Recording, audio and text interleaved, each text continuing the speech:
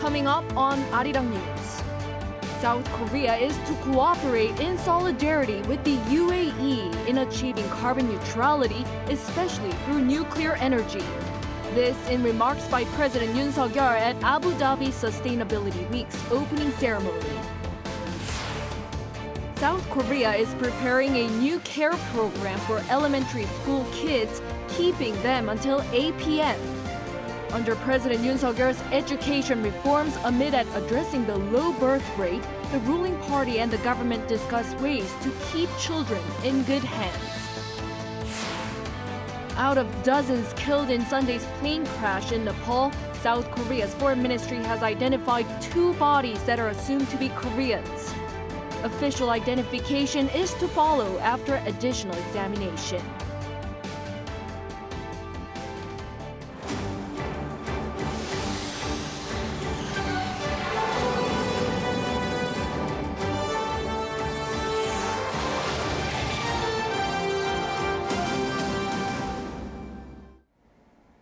Good evening. It's 9 p.m. here in South Korea, and thank you for joining us on Arirang News. We begin with South Korean President Yoon Suk-yeol participating in Abu Dhabi Sustainability Week's opening ceremony and delivering a keynote speech. There, he shared South Korea's approach to reaching carbon neutrality by 2050, especially through nuclear energy, and also shared his vision in working with the UAE in tackling climate change. Our Kim Do-yeon has the details. South Korea's efforts to achieve carbon neutrality by 2050 will depend in part on a return to nuclear power, despite the previous administration attempt to move away from it. This from South Korean President Yoon Suk-yeol in an address on Monday at Abu Dhabi Sustainability Week. 한국 역시 2050 탄소 중립을 선언했습니다. 이를 실현하기 위해 무탄소 전원인 원전 생태계를 빠르게 복원하고 재생에너지, 수소 등 청정에너지의 공급을 확대해 나아가고 있습니다. His remarks made in front of UAE President Sheikh Mohammed bin Zayed Al Nahyan underlined Seoul's commitment to nuclear power as it works to finish the first atomic power plant on the Arabian Peninsula. Noting the UAE's pledge to achieve carbon neutrality by 2050, Yoon applauded the country for being the first one to commit to this in the Middle East.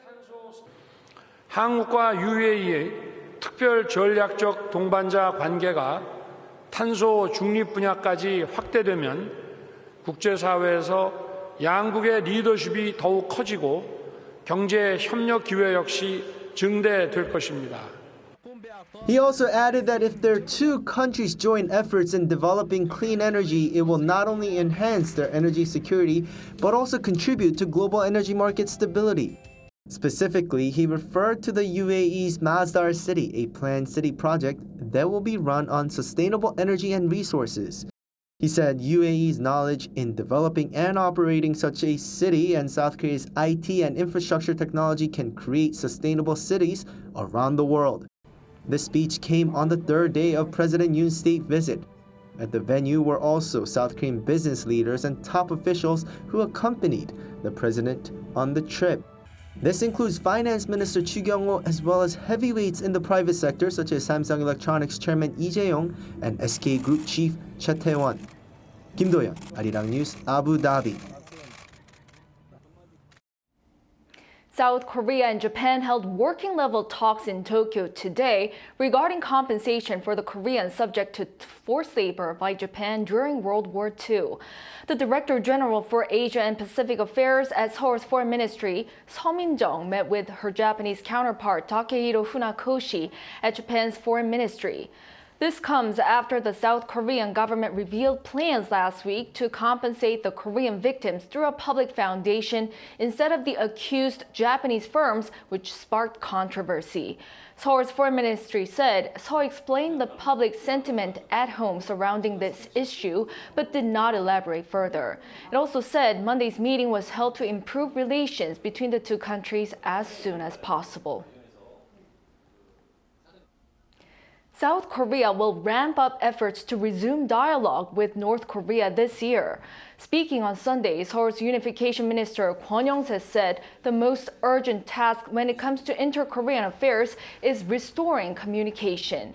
He said that holding talks even on lighter topics such as climate or agricultural cooperation would be an essential stepping stone on a path toward denuclearization. The minister, however, forecasts that Pyongyang will continue with provocations this year, adding that the regime had spent almost $810 million on its missile threats last year. He once again stressed that the Yoon administration's so-called audacious initiative, which seeks to offer economic help if the regime stops its weapon development, is still valid, and efforts to pursue it are already ongoing. South Korea and the United States are taking their 70-year bilateral alliance into the future of warfare, upgrading their military ties with emerging technology. Our defense correspondent Oh Soo-young shows us what this means on the battlefield. Cutting through the fog and early January rain, and the rugged, muddy terrain close to the inter-Korean border, some 800 South Korean and US troops take part in high-tech combat drills. Preparing for the fast-evolving digitalization of warfare, it is the first joint training held by South Korea's Army Tiger Demonstration Brigade and the US Stryker Combat Brigade. South Korea's White Tiger and the US Stryker 8-wheeled armored vehicles synchronize their movements to enhance firepower, mobility, and survivability on the battlefield. Drones and unmanned aerial vehicles help collect intelligence, and anti-tank missiles are used in battlefield simulations. The forces run squad-level drills to attack and react to contact, build strong fundamentals at the lowest maneuver echelon in both daylight and during hours of low visibility. The 14-day exercise demonstrates how the two allies are keeping in lockstep with each other by syncing their warfare tactics with the latest technologies and armoured vehicles. Using artificial intelligence, cloud computing, drones and unmanned vehicles, the South Korean army has been aiming to modernise and restructure its ground forces with cutting-edge technology through the Army Tiger 4.0, creating a demonstration unit last June. Adopting hybrid combat systems, we've confirmed their effectiveness in ensuring our survivability, as well as identifying the enemy faster and striking more accurately. With North Korea's recent provocations that display its growing asymmetric capabilities, joint efforts with the US Stryker Brigade are crucial to making the 70-year alliance smarter, swifter, and stronger. I think, as we've seen in recent events, that the Stryker is very well suited to fight in the complex urban terrain and the complex rugged terrain that exists here on the Korean Peninsula. Because of our rapid maneuverability that we have as a wheeled platform, we can deploy quickly to any area of operations within the peninsula in a very short period of time. Seoul plans to bring the Army Tiger Brigade into full operation by 2025 and eventually roll out the high-tech system across all combat brigades by 2040. Oh Soo-young, Arirang News, Paju. South Korea's COVID-19 Task Force Director Chung Ki-seok says that the country's infection trend has shown significant signs of subsiding and indoor mask mandates may be soon lifted. At a briefing today, Chung said South Korea's COVID infections over the past 7 days were down 27% from a week earlier. He said the country is not too far from lifting the indoor mask mandate, as he expects the country's infection trend to maintain the status quo even after the mask-free policy. The National Advisory Committee on Infectious Disease Crisis Response will hold talks tomorrow to adjust indoor mask guidelines, one of the last remaining antivirus rules. The country added a little over 14,000 new infections today, the lowest Monday tally in 12 weeks. In line with the Yoon administration's education reforms, the government met today with the ruling party at the National Assembly, where lawmakers urged the Education Ministry to thoroughly prepare for a new elementary after-school pilot program starting with the new semester. Our national correspondent Han Sung-woo has the details. South Korea's ruling party has requested the nation's education officials to come up with a thorough plan to implement President Yoon Suk-yeol's vision of a more integrated educational environment for school children that's less burdensome on parents. The reforms being pushed include merging preschool daycare education with kindergarten and installing so-called 늘봄 after-school programs designed to keep elementary school kids under care and learning until 8 p.m. while their parents are still at work. The programs aimed at providing elementary school students with not only care but also high-quality after-school education. Should both reforms succeed, parents will be reassured that their parents are in good hands until they graduate. It's essentially the government taking on the responsibility of educating our youth. Right after discussions with the Ministry of Education at the National Assembly on Monday, the head of the policy committee of the People Power Party, Sung Il-jong, told reporters that the Yoon administration's also looking forward to the project raising the country's extremely low birth rate. We asked the ministry to direct the policy towards also resolving South Korea's low birth rate and the issue of careers interrupted by childcare obligations. The Education Ministry is planning to launch a pilot version of the program at about 200 elementary schools in 4 regions this year, before going nationwide by 2025. As part of it, a variety of after-school activities, including sports, music, art, and even artificial intelligence software taught by professionals, will be offered. Han Sung-woo, Arirang News. Korea's demographic portrait continues to take on a declining shape while the number of single-member households continues to expand. Our Hyongs covers this phenomenon. South Korea's population continued to fall in 2022, marking a decline for the 3rd year in a row. Data from the Ministry of the Interior and Safety shows that the country's registered population as of December amounted to just over 51,439,000, with an on-year decrease of 0.39%. That's a drop of nearly 200,000 from the year before.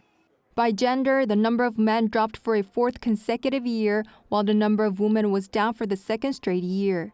The population gap between men and women widened to its largest level last year after the female population surpassed the number of males in the country for the first time in 2015.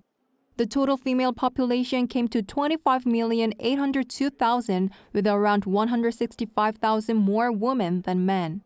Meanwhile, despite the fall in the overall population, the number of households increased by 1% from the previous year. This is due to a rising trend of people living alone. According to the data, the number of single-member households rose to over 9.7 million. An official from the Interior and Safety Ministry said the figure could hit 10 million by the end of this year. Combined with 2-person households, in 2022, the two groups make up about 65% of the total. Based on a Yoon's classification, South Korea became an aged society in 2017 as the proportion of people aged 65 and older exceeded the standard of 14%. Last year, 20.1% of South Korean women were aged 65 or above, hitting the 20% level for the first time. Combined with the number of males aged 65 and over, the proportion of the two groups within the total population rose to 18%, further proof that the country is getting closer to the 20% required to be called a super-age society. Hyongs, Arirang News. The OECD has released a report showing that minimum wages in member states are struggling to keep up with soaring inflation. The minimum wage in South Korea rose 1.5% from just below $7 in 2020 to $7.50 in 2021. Then another 5.05% to $7.42 in 2022. That's an increase of roughly 6.6%. Yet the consumer price index has risen 7.7% over the same period of time. In fact, almost all OECD countries, including the US and the UK, raised minimum wages between January 2021 and September 2022, but increases often fell short of inflation. South Korea's self-employed business owners make up a smaller proportion of the workforce than ever before. According to Statistics Korea, new business owners accounted for 20.1% of people in employment last year, the lowest share since data was first compiled in 1963. Back in 1963, more than 37% of workers were self-employed business owners.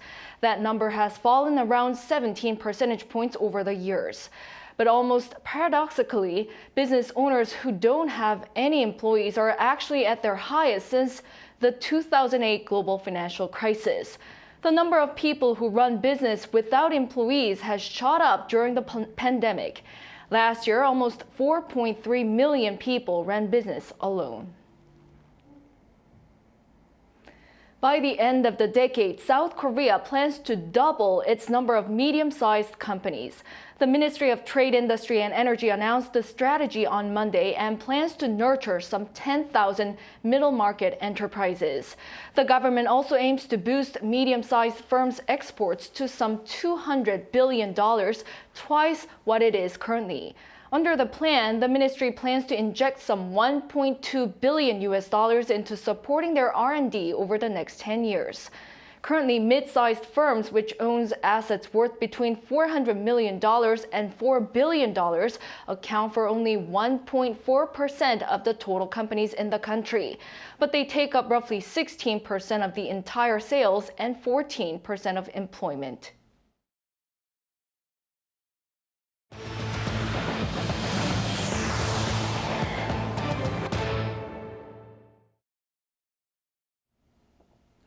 South Korea's foreign ministry says it has identified the bodies of 2 South Korean passengers who died in Sunday's plane crash in Nepal, which is not believed to have left many survivors.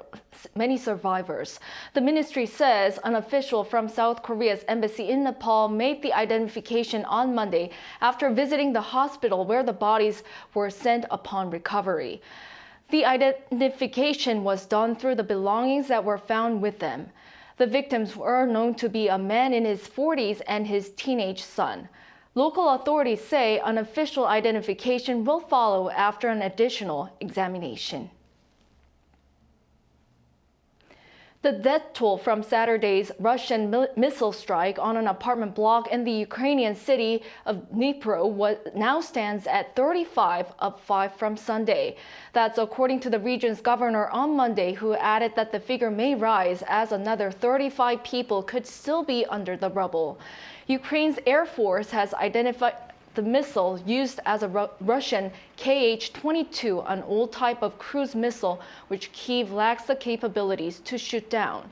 Russia's defense ministry did say its forces had launched missile strikes against Ukraine on Saturday, but did not mention Dnipro as a specific target. Apple TV Plus's Pachinko has been selected on Sunday local time as the best foreign language series at the 2023 Critics' Choice Awards over in LA. The Korean language drama won the award in the TV category, beating 8 other contenders, including another Korean hit drama, Extraordinary Attorney Woo. Pachinko is based on the 2017 best-selling novel by Korean-American author Lee Min-jin and documents the annexation of Korea by Japan in its 8-episode TV series. Last year, Netflix's Squid Game secured the same award. The renowned South Korean photographer Oh Hyung-gun is back with a new exhibition. The artist is known for his crude, raw portraits of middle-aged women, known in Korean as ajumma. Works like these are on display in Seoul this time, along with new pictures taken of younger people whose unique anxieties Oh has sought to capture in art. Our Kim Jong-sil went there and files this report. Visitors to Art Seonje Center in downtown Seoul are greeted by the faces of middle-aged Korean women. In the Korean language, a woman of about this age will often be addressed as ajumma. Historically, the term is neutral, but it can cause offense because of the assumptions it makes and the pejorative way in which it's often used. Oh Hyung-gun made portraits of hundreds of ajummas in the late 90s, a time when their lives of sacrifice and hard work were not recognized by society. He wanted to take their pictures because in many of their faces he saw solitude and loneliness. Now, 17 years later, Oh's pictures are more widely accepted as art and have made ajumas more visible as people. This time, along with the ajumas, he's displaying pictures of young people too. On the third floor is a collection called Left Face, and the subjects of the photos are in their 20s and 30s. I asked him why he chose to take pictures of millennials and Generation Z. The key word while working on this project was ambivalent. I think the anxiety of the younger generation these days has more to do with ambivalence than in past generations, so I tried to capture that. Oh said these days the lines are blurred between young men and women, and it's hard to tell if someone is a banker, a student, or a tattoo artist. The younger generation, he said, are hard to define, and that's what's special about them. And indeed, visitors to his exhibition include many young people around the age of his subjects. I think self-identity is one of the most important concepts in contemporary art. Younger people, as they wander around trying to find out who they are, shouldn't be anxious. They can be free while in search of themselves, and I think this exhibition suggests that, and it's a positive thing. The exhibition Left Face runs until January 29th here at Art Sunje Center in Jongno, Central Seoul. Kim Jung-sil, Arirang News. Security cameras generally don't have vehicle plate number recognition technology built into them. But now, artificial intelligence is playing a role in using these cameras, so even without the expensive functions built in, security cameras may be able to detect wanted vehicles. Yoon has the story. On the large screen of the control center, shortly after a black vehicle is seen, a warning message pops up, marking it a wanted vehicle. The vehicle's travel route is tracked in real time as police cars are dispatched, successfully blocking the wanted vehicle shortly after. In its demonstration stage here in Chungcheongnam-do Province, incorporating artificial intelligence technology into general CCTVs allows the system to first recognize a wanted vehicle plate number, then continue tracking the vehicle. In Chungcheongnam-do Province alone, there are some 26,000 CCTVs, but only 5%, or roughly 1,300, are able to detect vehicle plate numbers. The remaining 95% of the security cameras require control center staff to manually look out for wanted vehicles. But the latest artificial intelligence upgrade would allow these general cameras to detect vehicle number plates, which can immediately be cross-referenced with the National Police Agency's wanted vehicle search system. The cameras are generally divided to monitor allocated regions. But when a wanted vehicle is detected, the AI parts of the camera enable all nearby cameras, which broadens the search and monitoring radius. Vehicle plate recognition technology installed in CCTVs is very expensive, which is why not many security cameras have it installed. But the artificial intelligence function is not only much more advanced, but it can help reduce the cost of the function it provides. Vehicle plate number detecting cameras cost between $6,000 to over $7,000, but general cameras are 1/10 the cost. Chungcheongnam-do Province is looking to spread the use of this AI technology to other regions, all the while expanding the search for tax delinquent vehicles, vehicles that are heavy polluters, as well as unregistered vehicles. Yoon, Arirang News.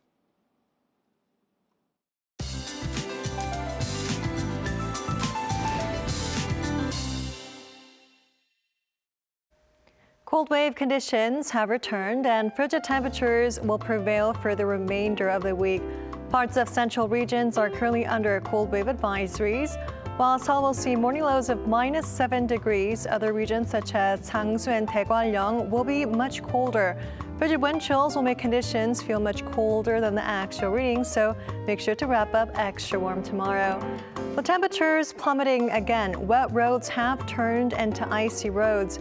As extreme cold wave is forecast to continue for a while, so will the ice and the frost. Dangerous driving conditions are expected for the time being, so please drive with extra caution. Partly cloudy to overcast skies will be taking over for the morning hours. Chuncheon will be especially cold at -12 degrees. Daytime conditions will get a touch warmer. Seoul will get up to 1 degree. Gwangju 4 and Gyeongju will be reaching 5 degrees. On Thursday, central regions will see another round of rain or snowfall.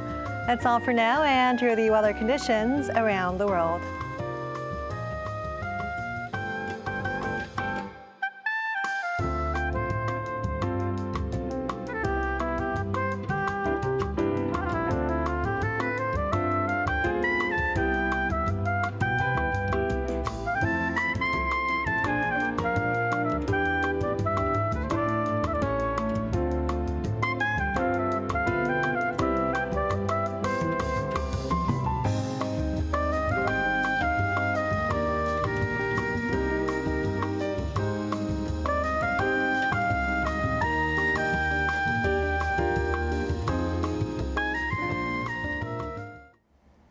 That brings us to the end of the newscast. Thank you for watching. Hope you have a great start to the week, and we'll be back tomorrow with the latest news. Good night.